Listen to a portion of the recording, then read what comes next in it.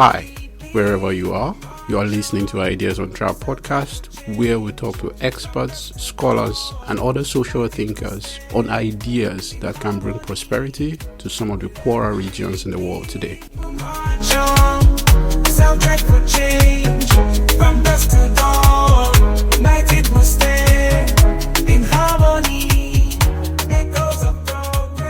Hello everyone, and welcome to another episode of Ideas on Track podcast. On this episode, I talk to Dmitry Grozoubinski about the politics and complexities of global trade, emphasizing the tension between free trade and protectionism. Using Nigeria's food inflation as an example, Dmitry explains how trade policy decisions involve difficult choices that impact both producers and consumers. We explore the balance between national interest and global commitments, highlighting how protectionist policies are often rooted in political concerns rather than economic efficiency. The conversation also touches on the challenges of multilateral trade agreements like Africa's AfCFTA. Dmitry served as an Australian diplomat and trade negotiator at the World Trade Organization and beyond. He has negotiated complex agreements in Geneva at the WTO and the UN Ministerial conferences in Kenya as part of the MH17 task force in Kyiv, Ukraine. Before joining the Department of Foreign Affairs and Trade, he was a lecturer and tutor at the Monash Graduate School of Business and with the Australian trade consultancy Tradeworthy. He is the lead trainer of explaintrade.com and a visiting professor at the University of Strathclyde School of Law. Dmitry recently published a wonderful book that I think everybody should read, titled Why Politicians Lie About Trade and What You Should Do About It. I greatly enjoyed this conversation and I want to thank Dmitry for coming on the show, and thank you all for always listening. Soundtrack for change, from dusk to dawn, united we'll stay in harmony, with every beat we'll march on. Soundtrack for change, from dusk to dawn, united we'll stay in harmony, echoes of progress.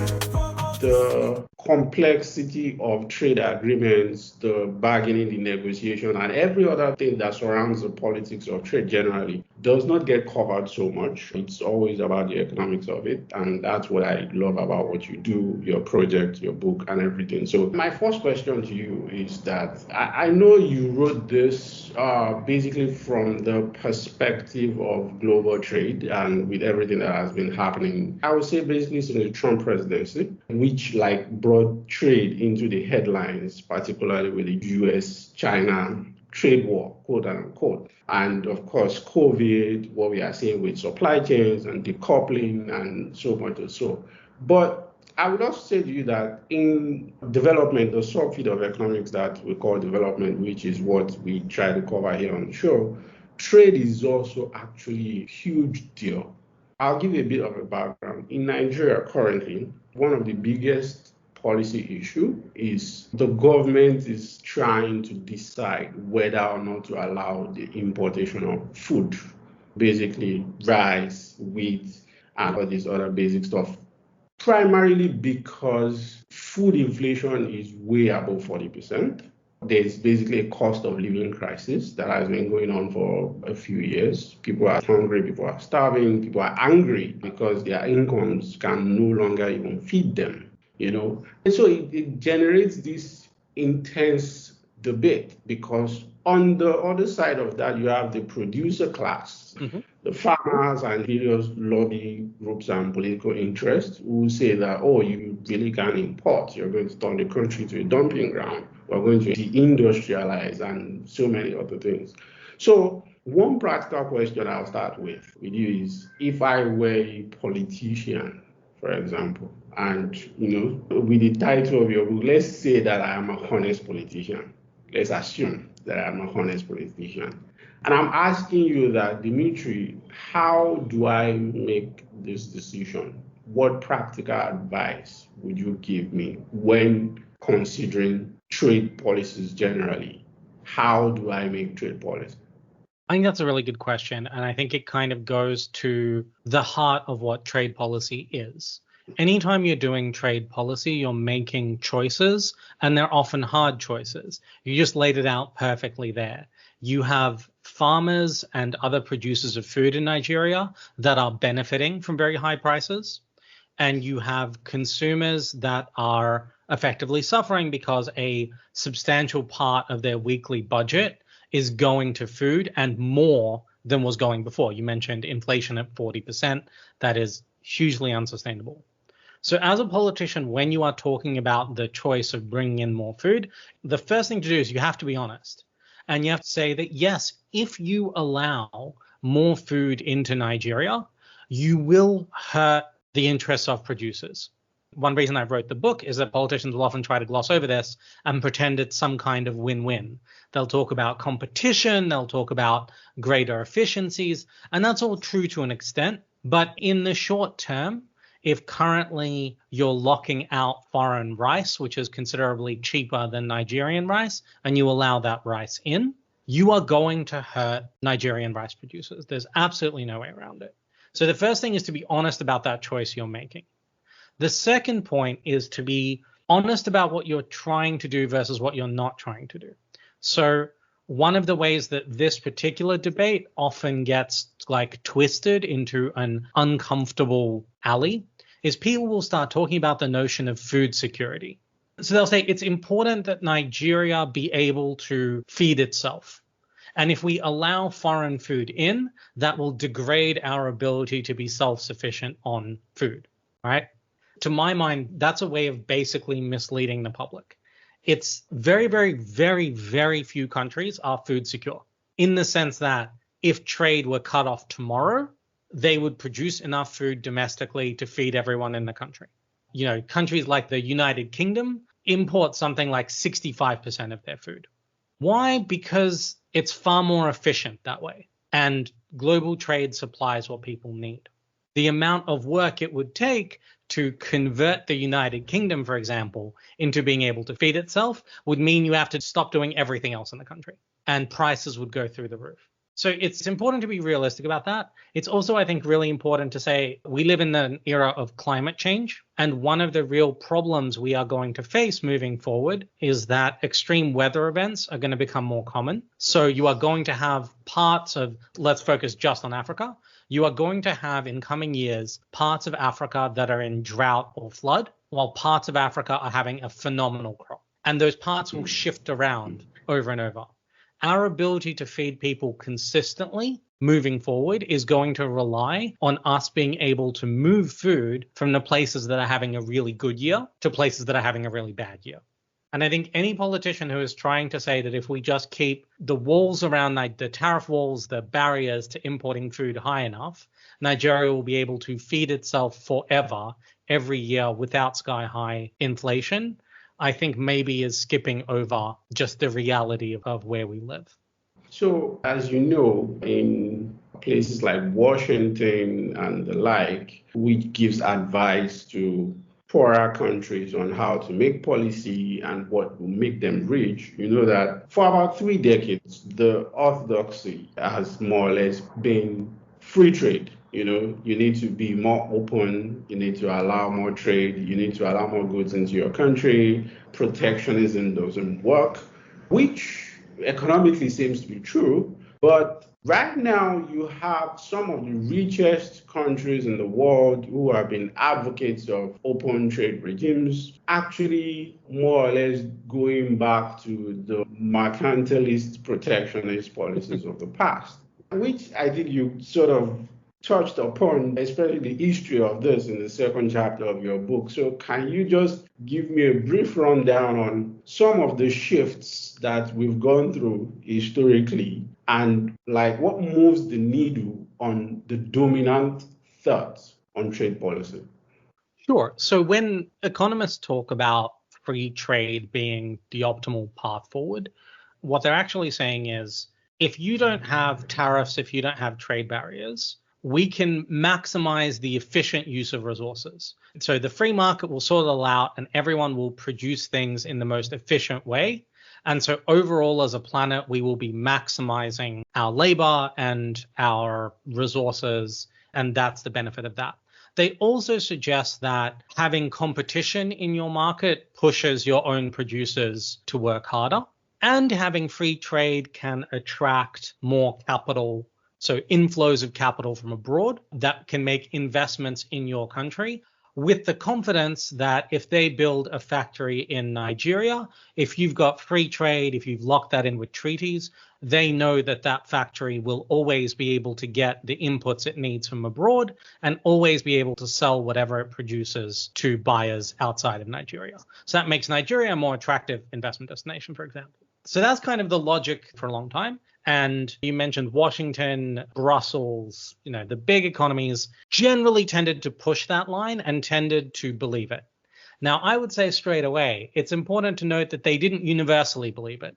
So, for example, Europe is like, yeah, free trade's great unless you want to sell us certain agricultural commodities. So if you want to sell beef to Europe, suddenly free trade's not so great. And they protect their beef farmers or their lamb farmers or even their wheat and sugar producers. Ditto, America loves free trade when it comes to certain things, but if you try to sell America a light truck, you're paying a 25% tariff at the border. It's virtually impossible to sell certain kinds of services into the US. If you want to get a visa into the US, you sometimes have to do a job. You sometimes have to wait 2 years for an interview at a US embassy. So even the rich countries that were preaching free trade were preaching free trade asterisk. So what they were basically saying is, we believe that this is the optimal way to arrange the global economy, except on the things that we care about, the things that we're really sensitive on, where we think what's important isn't efficiency, but keeping the French farmer employed or protecting the US insurance market. What we're seeing now is that asterisk is growing. So the US, Europe, China, all of these major players are increasingly saying free trade is great unless we have a national security concern. Free trade is great except when we want to rebuild the factories in the US Rust Belt. Free trade is great unless we want to create an instrument where you can't bully us with trade, so we're going to set up the EU anti-coercion instrument. So all of these kind of asterisks are being piled on top of what they used to be before. One thing that often challenges observers, and I would imagine policymakers and politicians included, is the balance between, say, national interest, which again is becoming more prominent when it comes to trade policies, and global commitments, especially membership of World Trade Organizations, bilateral trade agreements, and other forms of multilateral agreements. And I want to get, especially from your experience advising and consulting on trade, what are the challenges or the headaches, the difficulties that leaders often encounter trying to balance between national interests, like, oh, we want to protect certain companies who are national champions, we want to protect certain key industries, and being signatories to a much wider multilateral, even bilateral agreements. How do you balance such contradictions sometimes? So the whole multilateral trading system, the WTO, all of it is built on the exact tension that you're talking about. You mentioned sort of balancing the national interest versus being part of the WTO. The WTO fundamentally only works as long as all of its members broadly believe that those two are the same thing. That ultimately what you're doing when you join any kind of trade agreement, or really any kind of international agreement, is what you're really saying is, I am going to sign away my ability to do certain things. So I'm going to say I will swear off doing certain kinds of policies in exchange for you doing the same. And that's not because you never want to do those policies. You know you might want to do them in the future. But overall, you think the benefit of being in a world where no one's using those policies outweighs the short-term benefits of using those policies. I compare it to like a arms ban treaty that bans chemical weapons on the battlefield. chemical weapons are tempting to use on the battlefield because they can, they can help you achieve a certain objective. They might be really effective at what they do. They're horrific. But countries have come together and decided that the benefits of no one using chemical weapons and our battlefields not being full of chemical weapon residue outweighs any of the tactical advantages we might get ourselves from using chemical weapons. We prefer the confidence of a chemical weapon-free world to the benefits of having chemical weapons. Trade agreements work the same way. You're always signing away the ability to use some policies you find tempting in exchange for that kind of global stability. So the tension tends to come because we are encouraged to be very short-term in our politics. And the benefits tend to be pretty narrowly focused and acute. So a specific industry is saying, you have to protect me against foreign rice farmers. And that's something you can do today. The benefits of the global trading system and that kind of predictability are much, much broader, but much more diffuse. Everyone benefits from predictability. You get more investment, you get more trade flows, prices overall are lower. That's all very good, but it doesn't have that acute politics of a particular industry that wants protection and will throw you a party if you give it to them. So what political leaders are constantly fighting is the temptation to do something in the short term that weakens the system in the aggregate. And one of the few balances we have against that is the sense that if you do something like that, you're going to get retaliated against, and other countries will hit you back.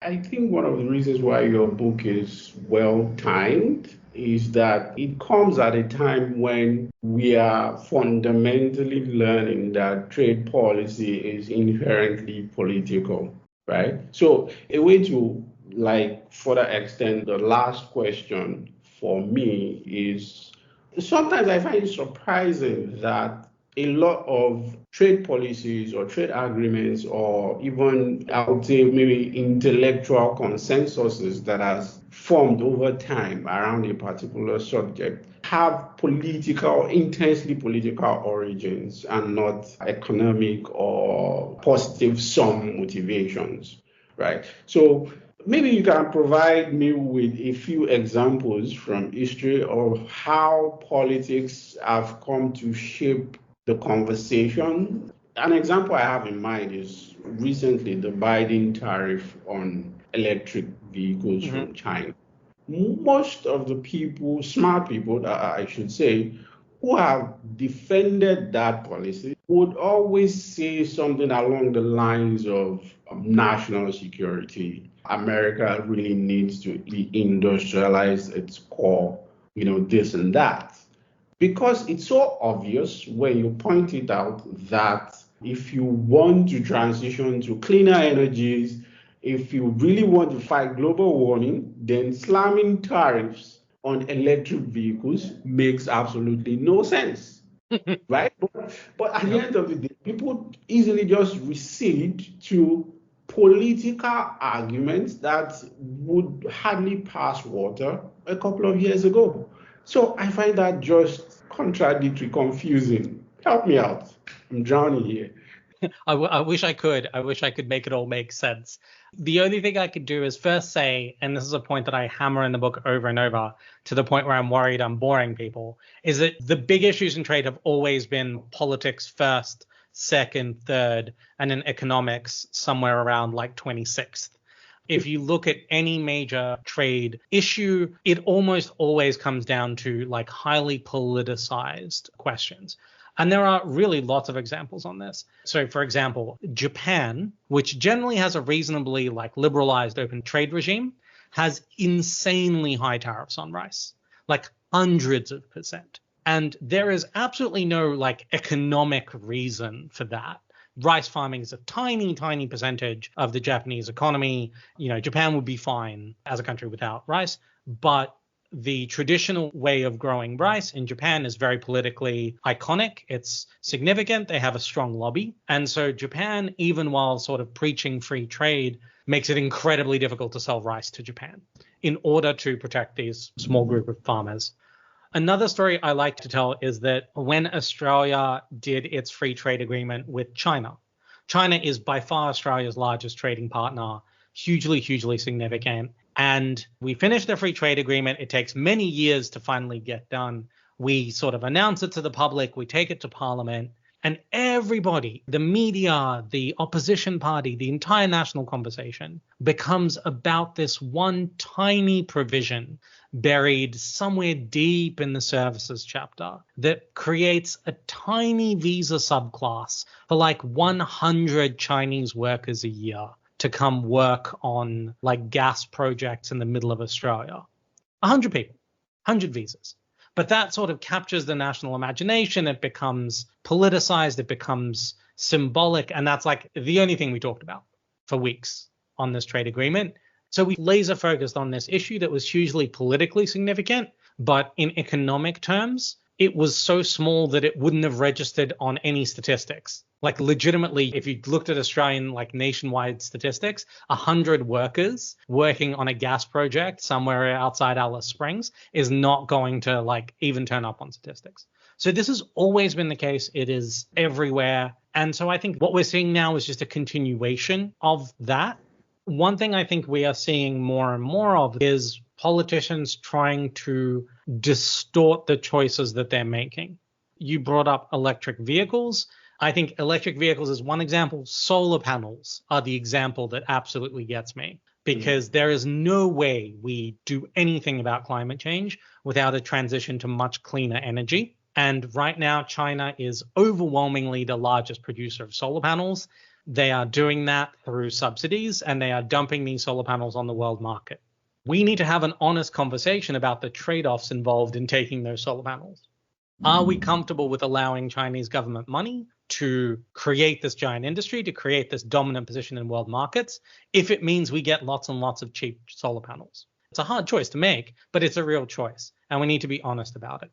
So to kind of not answer your question properly, because I can't think of any way to make you feel better about all this, it's that in some ways, what we had before, so I'm talking about before Trump 15 years ago, the trade conversations were mostly happening below the radar. There was mostly a consensus in the West about how trade policy should work. Trade very rarely made the news, maybe with a big trade agreement like the one when the US and EU tried to do, maybe around like the Seattle round of the WTO, but mostly it was sort of hidden away in a corner and there was no public discussion about it. And now at the very least, it's in the headlines and we're having conversations about it. And that is an improvement, even if some of those conversations aren't necessarily helpful. My two-part follow-up question to that would be that regardless of one's disagreement or misgivings, the consensus around how these conversations are happening and how they influence policy seems like it's here to stay. I mean, like we talked about before we started recording, Trump might be winning another election and it's going to be another roller coaster ride.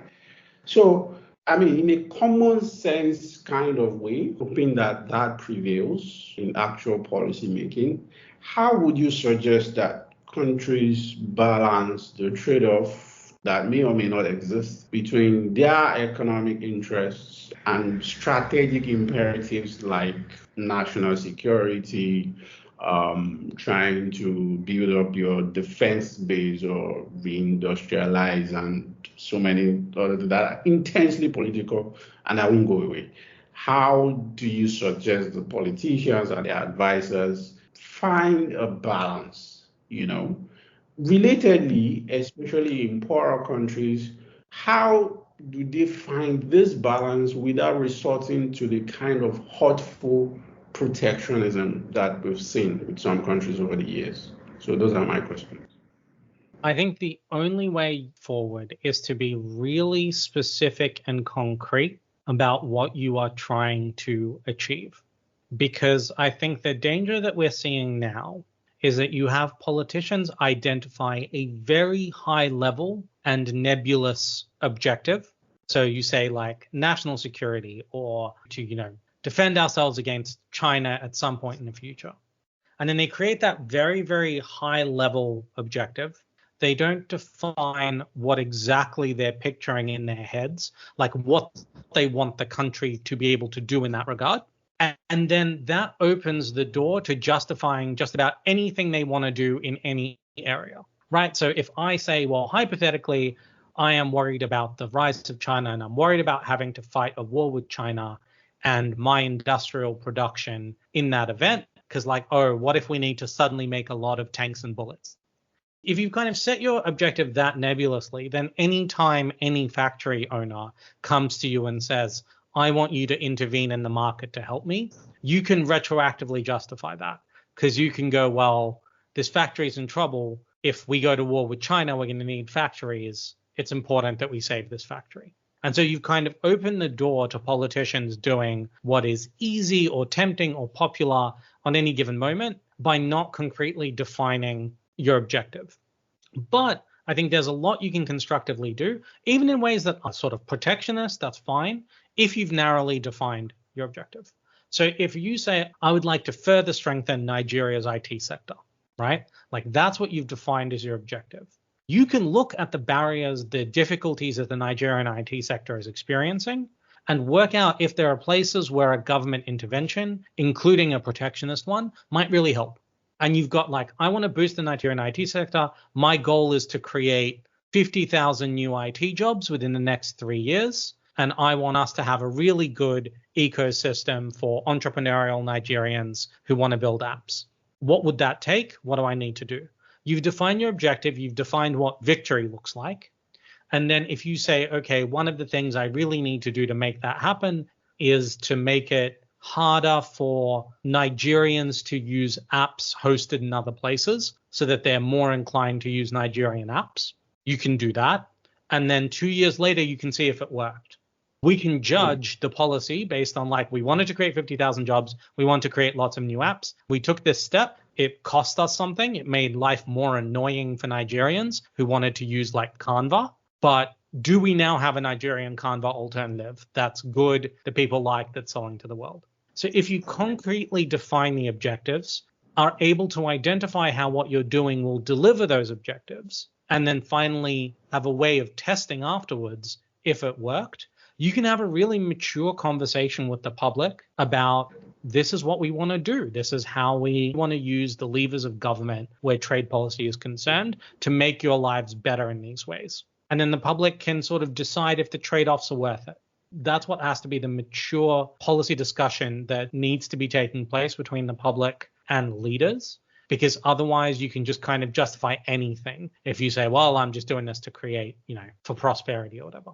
I want to circle back to something you mentioned at the start, which is about winners and losers with regards to trade policies. Of course, there are always losers. I'll first seek a philosophical commitment from you, which is that on what side of the divide do you fall when it comes to wins and losses from trade policies? So where I tend to come from is that the kind of winners and losers framework can be really heartless in the sense that if I'm walking down the street and I decide I want to go for a coffee and I go into one coffee shop instead of the other, that is like a winner and a loser. Someone is going to earn my $4 for my flat white and someone isn't. But that other company is going to be fine. So there's a winners and losers in that scenario, but it's not a big deal, Whereas, let's say you have a small town in Nigeria that's basically grown up around a factory. Let's say that factory makes shoes. And because of international competition, that shoe factory closes. From an economic standpoint, like pure economic theory, you're like, well, kind of, okay, that's good because now Nigerians on the whole will get slightly cheaper or more better value shoes from abroad, and these guys can be freed up to do something else more efficient. But that's not how anything works, right? A linchpin factory closes in a town. You've got huge rates of unemployment. All of the businesses that feed into that factory are now in trouble. The doctor who treats the workers, they can no longer afford to pay her. So she moves to the city and now the town doesn't have as many doctors. So there's like a cascading effect. And a 53-year-old factory worker who makes shoes probably isn't going to immediately pivot to making TikTok videos for money, They're not going to become a web developer overnight. So we need to be aware of just how bad it can be when trade creates losers. That doesn't mean you have to try to prevent it ever having any losers, but I think we have to be really, really sensitive to what happens when we create losers, and we need to have a plan for how we are going to help those that, frankly, capitalism rolls over. I think you sort of answered my pushback, because what I was going to say was that sometimes in reality, it can be difficult to tell a priori who the losers are going to be. I might be the trade minister, staying in my fancy office in the capital and not aware that this little town somewhere in central Nigeria depends so much on the shoe factory until after we are seeing the effects. Maybe I get to hear it in the news or something. So my question there would be that what are the right sensibilities that policymakers need to have as a general rule when dealing with wins and losses from trade policies? One of the things that trade ministries really struggle with is exactly what you're describing, which is in order to understand what the consequences of a trade policy decision are going to be, you really kind of need firm level and local data. If you're just looking at national statistics, you get a very, very stratospheric picture. So one really common example is that the entire UK fishing industry, so absolutely everyone involved in fishing in the UK, contributes less to UK GDP than the company Games Workshop that makes Warhammer figurines. So if you're looking at national level statistics, you're like, well, one of those is more significant than the other.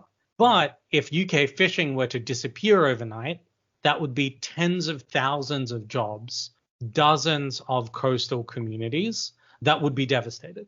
And so if all you're doing is sitting in a capital looking at those high level statistics, you're going to miss these acute pain points. So one of the biggest challenges is how do you create a consultation system where the ministry in capital is talking to local authorities, talking to kind of mayors, talking to business associations that are spread all across the country and going, what would happen if we did this?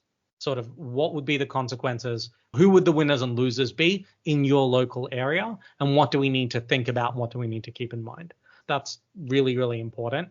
I kind of go back to the example used right at the very start about the current debate that Nigeria is going through on importing food or not in the face of food inflation. And I think that's a really good winners and losers story, because whatever choice you make, you can sort of think through who the winners and losers are going to be. So if you decide to open up your markets, the world price of rice and grain is published. You can have a look. You can examine how much of a hit that's going to be to farmers' incomes. There's no unknowns in that equation. So we can probably figure that out. Then you can decide, okay, if we let in more food, who are the farmers that are likely to be put out of business or significantly hurt, and what can we do to help them? Well, then on the flip side, if you decide not to let that food in, again, you've got statistics on how much does the average Nigerian spend on food, what is the current rate of inflation, who in our society, if we keep these barriers up, is going to need help making ends meet and being able to afford to feed their family if we keep food prices where they are and we don't let food in, and how do we deploy the resources of the government to help them? One of the things that I'm most fascinated about, countries that are previously poor a few decades ago, who are today global giant exporters of certain technologies or goods or commodities. So how would you advise a country that is trying to develop a globally competitive export sector in general? Because the consensus in development economics is that exports help your economy, exports help you grow, creates jobs, your industries are upgraded, you're able to import technology and upgrade by all that.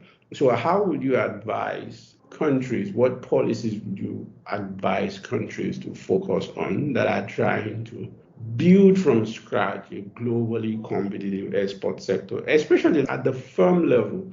Because we tend to focus on countries, but it's actual firms that are making these goods and exporting these services, and there are international regulations and standards to comply with. So how would you advise countries do that? Really big question. And obviously, every country has its own local kind of challenges. But let me try to give you like a big picture answer. And I respect your audience to know that I'm painting with a really broad brush. So the fundamental issue is you want to build a competitive export sector.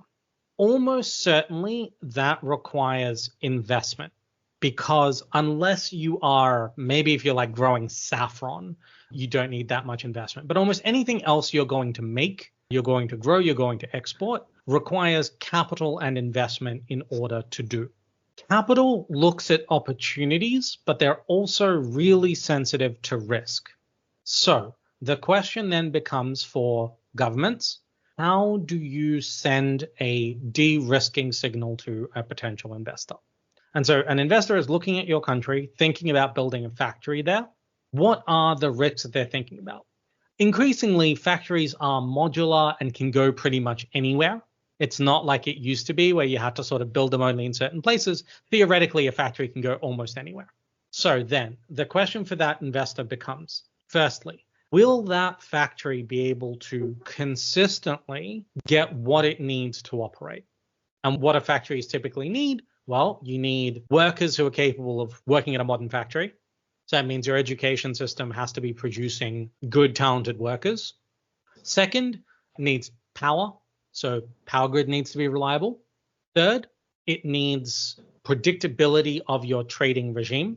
So it needs to know that that factory will be able to import the parts and the components it needs from abroad reliably and be able to export reliably. Fourth, it needs to know that the infrastructure is there for it to be able to get its stuff in and out of the country. And fifth, it needs to know that your legal and regulatory regime is robust and predictable and that they won't run into legal challenges. Now, that's really big picture. There are ways that individual governments have been phenomenally successful at ticking all of those boxes in like microcosm ways. So one concept that's really taking off all over the world is creating special economic zones. So you designate a part of your country, literally like a couple of square kilometers, and you say, this is going to be a special economic zone, and I'm going to focus on attracting investment and production here. And then inside that zone, you create better regulatory conditions, you create better tax conditions. You then deliberately build infrastructure to that zone because you know that's where the factories are going to be. So you can save on, rather than trying to sort of do stuff everywhere, you just build like a really good railroad just to that zone. When you think about the regulatory compliance challenges that a lot of businesses, especially in the developing world, are worried about, what they're actually worried about is the countries we want to sell to are going to increasingly create new regulations on how green stuff has to be, how carbon neutral stuff has to be, how, slave labor free it has to be, all of these kind of new standards and rules.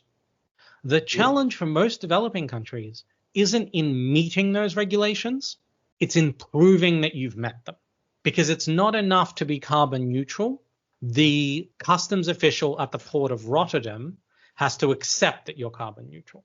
And one thing that special economic zones allow you to do is that you then set up the laboratory that tests your meat products for all of the things that your buyers are worried about. You set it up in one place. And because it's servicing the entire special economic zone with lots of businesses inside it, that makes commercial sense, rather than trying to build one all around the country.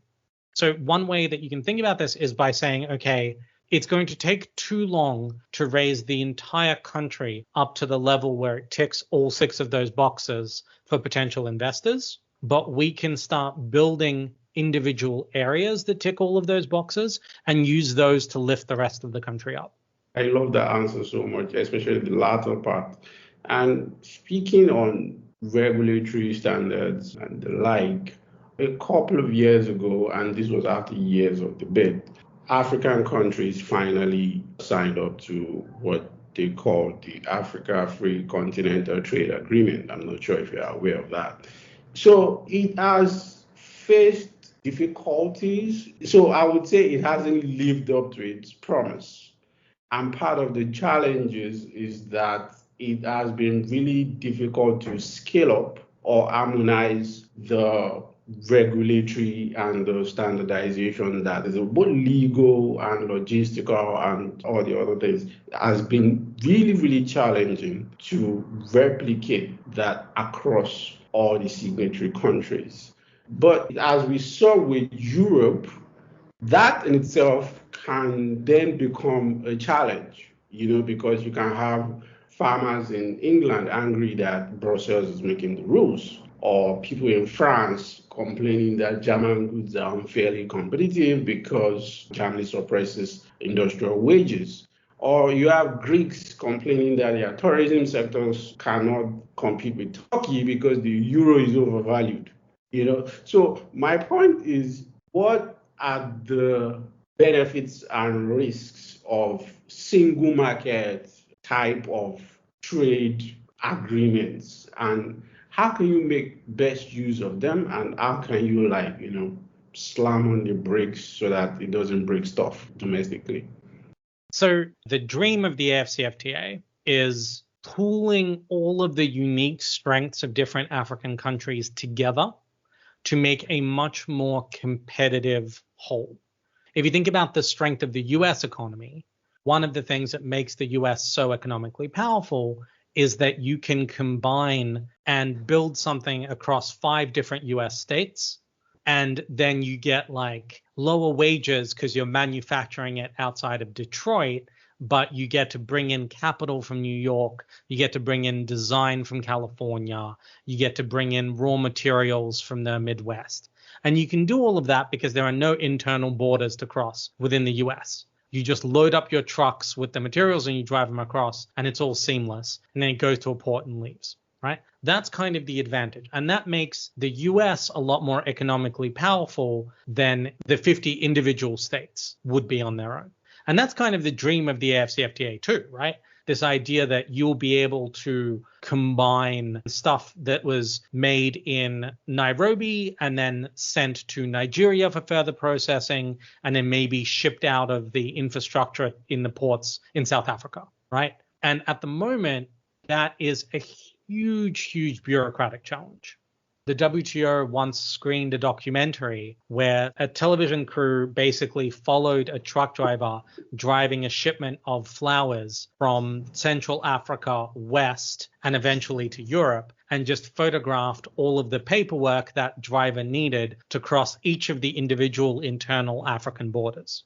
And it ended up almost being a second truck worth of paper, because every single border required a different version of the form that he needed to carry. Because every country had its own export and import declaration, and every country had its own plant health declaration. So all of that makes it much, much harder to manufacture Africa-wide and build a competitive product. So that's kind of the advantage. And obviously there's some benefits to local consumers as well. It brings down prices. The disadvantage is the inability to kind of compete with other African countries on your regulatory regime. Everything becomes a lot slower and more rigid, because if you have to design a new regulation, but in order for it to come up, be real, you have to agree it with every other African country in the context of the AfCFTA, you can't be agile and dynamic anymore. Nigeria can't go, I am going to attract more investment than Uganda by having a looser regulatory regime around something. So you lose that ability to compete internally, which can be good and bad. And as you say, it does tend to generate its own political antagonism, because what you were describing in what all politicians in Europe talk about is the fact that anything bad that happens is the fault of Brussels. Anything good that happens is them.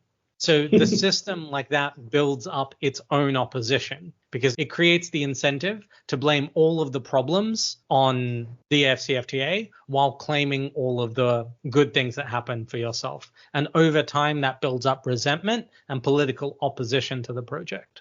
Recently, I was reading in the news something about the Director General of the WTO warning that we must not return to the protectionist policies of the past. I mean, the whole leadership of the WTO, in my opinion, can sometimes cut a hapless figure.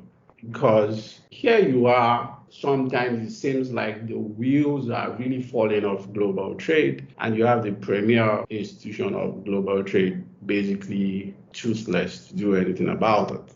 But again, when you then talk to countries or you hear politicians from individual countries speak, they turn around and blame the WTO, the inability to enforce certain rules, which then creates this unfairly competitive environment, maybe some accusations that have been levied against China, for example, the China shock. So my question to you then would be, what are your suggestions on how to fix the WTO? Or do we need an entirely new framework for the governance of global trade? So my best advice is to think about what the WTO is set up to do versus what it's not set up to do. I think your diagnosis is 100% right. You're seeing a shift towards other priorities away from just liberalizing trade. You see major players doing things like the European Carbon Border Adjustment Mechanism, the US's IRA, their big kind of investment, sort of green energy transition bill that has a lot of subsidies. So you have all of these really, really big things that governments are doing. And expecting the WTO to stop them is crazy.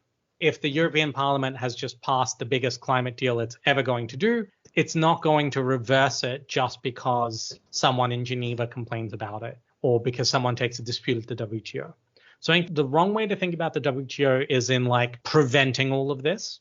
I think the WTO has to explain what are the dangers and what are the trade-offs, and that's important. But the WTO, I think, also has a really, really significant role to play in shaping the implementation. So let me give you like a really concrete example.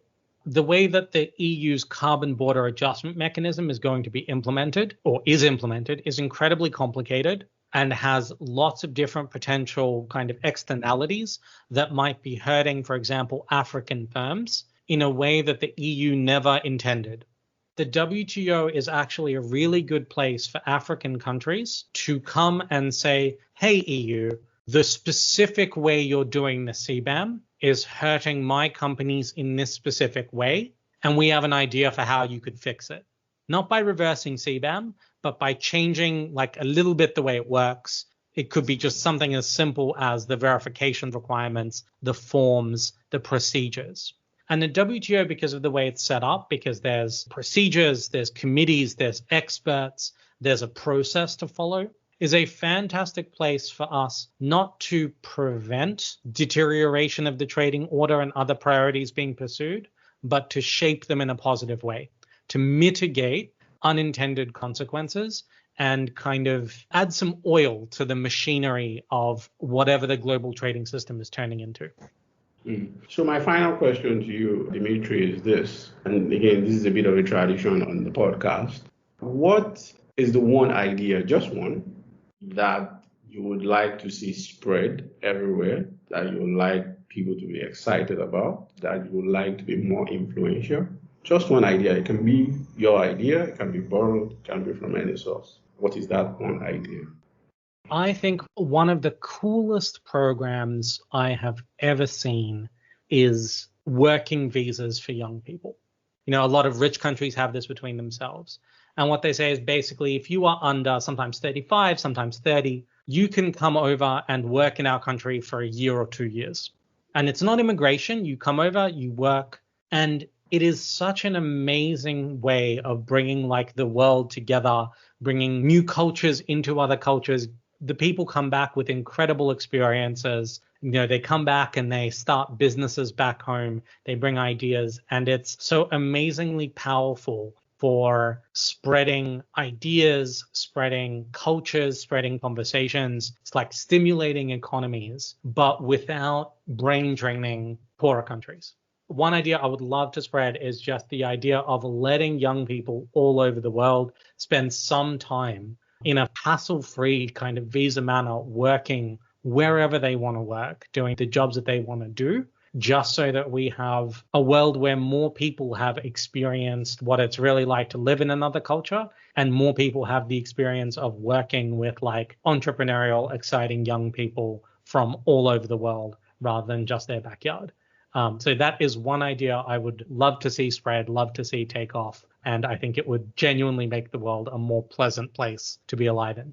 Yeah, and we will do our best to help you spread that idea. My guest today has been Dmitry Grozoubinski. You should check out his wonderful book, Why Politicians Lie About Trade and What to Do About It. I want to thank Dmitry for coming to the show. It's been fascinating talking to you. Thanks so much, Tobi. For updates on new episodes, our blogs, our meetups, and so many other interesting things that we are up to, you can simply check out our website, www.ideasontrap.com. You can also subscribe to the podcast on Apple Podcasts, Spotify, Google Podcasts, or wherever else you get your podcast updates. In harmony with everyone.